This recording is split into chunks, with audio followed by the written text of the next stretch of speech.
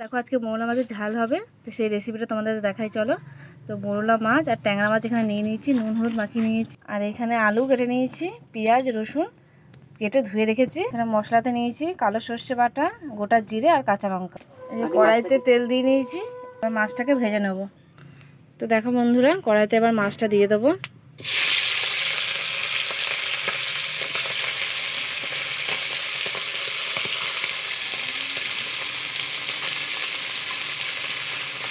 তো মাছটা ভালো করে এখন লাল লাল করে ভেজে নেব। তোমরা দেখতে থাকো কীভাবে মাছটা ঝাল রান্না করি, ট্যাংরা মাছের ঝাল। তো দেখো বন্ধুরা, মাছটা ভাজা হয়ে গেছে, এবার নামিয়ে নেব। ফোড়নে কালো জিরে দেবো,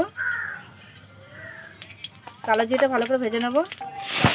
পেঁয়াজ কালিটা দিয়ে দেবো, ভালো করে পেঁয়াজটা ভেজে নেব। আলুগুলোও দিয়ে দেবো,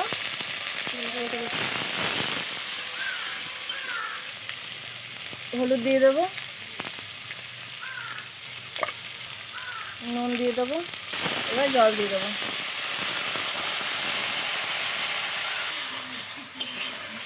এবার মাছ দিয়ে দেবো।